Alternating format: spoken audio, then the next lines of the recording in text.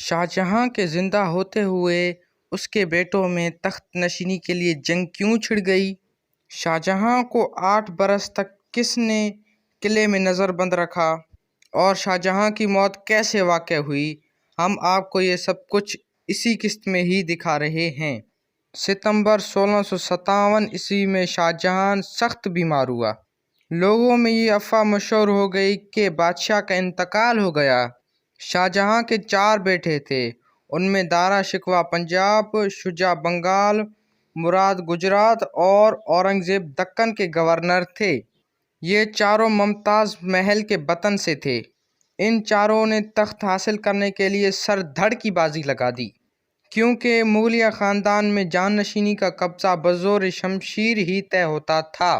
دہلی کے تخت کے حصول کے لیے سب سے پہلے شجاع اور مراد نے اپنے اپنے صوبے میں بادشاہت کا اعلان کر دیا۔ انہوں نے ان علاقوں میں اپنے نام کے سکے جاری کر دیے اور جمعہ کے خطبے میں اپنا نام بھی شامل کروا دیا۔ ادھر دارا سلطنت کا نائب بن چکا تھا۔ دارا نے شاہجہاں کے نام پر احکامات دینا شروع کر دیے۔ سرکاری خزانہ اور وسائل اس کے قبضے میں تھے۔ صرف اورنگزیب نے اب تک بادشاہت کا اعلان نہیں کیا تھا۔ ان دنوں وہ دکن میں موجود تھا۔ وہ احتیاط اور تدبر سے اس صورتحال کا جائزہ لے رہا تھا۔ دارا شکوہ نے اورنگزیب کو کمزور کرنے کے لیے مالوا کے گورنر شائستہ خان کو واپس بلا لیا، جس کے بارے میں خیال تھا کہ وہ اورنگزیب کا حامی ہے۔ اس کے علاوہ دارا شکوہ نے دکن میں اورنگزیب کے ایک وزیر میر جملہ کو بھی وزارت سے الگ کر دیا۔ دارا شکوہ کی ان چالوں کی وجہ سے بھائی اس کے خلاف اٹھ کھڑے ہوئے۔ سب سے پہلے شجاع بنگال سے فوجیوں کو لے کر آگرہ کی طرف بڑھا، لیکن یہیں دارا شکوہ کے بیٹوں کے ہاتھ شجاع کو شکست ہوئی۔ ادھر اورنگزیب نے انتہائی ہوشیاری کے ساتھ مراد سے سمجھوتا کر لیا۔ ان دونوں کے درمیان یہ طے پایا کہ فتح کے بعد سلطنت کو آپس میں تقسیم کر لیں گے۔ دونوں بھائیوں کی فوج نے اتحاد کر لیا اور آگرہ کی جانب کوچ کر گئے۔ اس دوران دارا شکوہ نے ایک بڑی فوج مراد اور اورنگزیب کے ساتھ لڑنے کے لیے بھیجی۔ دارا شکوہ کی فوج سے اورنگزیب اور مراد کی فوجوں کا مقابلہ ہوا۔ ایک خون ریز جنگ کے بعد دارا شکوہ کو شکست ہوئی۔ وہ وہاں سے دہلی بھاگا اور وہاں سے لاہور پھر سوات چلا گیا۔ اورنگزیب اور مراد کی فوجوں نے آگے بڑھ کر آگرہ پر قبضہ کر لیا۔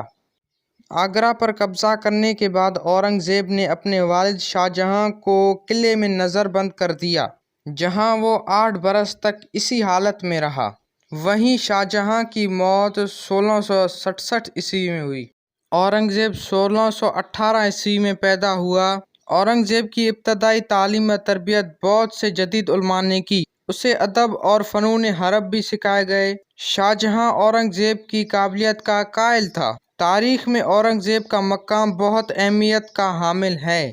وہ حافظ قرآن تھا، وہ عدل و انصاف کا پابند تھا اور سادہ زندگی بسر کرتا تھا۔ وہ اپنی روزی خود کماتا تھا۔ اورنگزیب عالمگیر 1667 عیسوی میں بادشاہ بنا۔ اورنگزیب کے بادشاہ بننے کے بعد مغل اور راجپوتوں کے درمیان تعلقات خراب ہونے لگے۔ ہوا کچھ یوں کہ جلال الدین محمد اکبر سے شاہجہاں کے دور تک مغل شہنشاہوں کے راجپوت ریاستوں سے تعلقات اچھے تھے۔ جب شاہجہاں کے بیٹوں میں تخت نشینی کے لیے جنگ شروع ہوئی تو ان ریاستوں کے راجا بھی تقسیم ہو گئے۔ اورنگزیب کی کامیابی کے بعد بھی بداعتمادی رہی۔ کئی لڑائیاں بھی ہوئیں اور صلح بھی ہو جاتی تھی۔ یہ سلسلہ اورنگزیب کی موت تک جاری رہا۔ دوستو، آج کی ویڈیو یہیں تک تھی۔ اورنگزیب کی مذہبی پالیسی کیا تھی؟ اورنگزیب کا ہندوستانی تاریخ میں کیا مقام ہے؟ ہم آپ کو یہ سب کچھ اگلی قسط میں ہی دکھائیں گے۔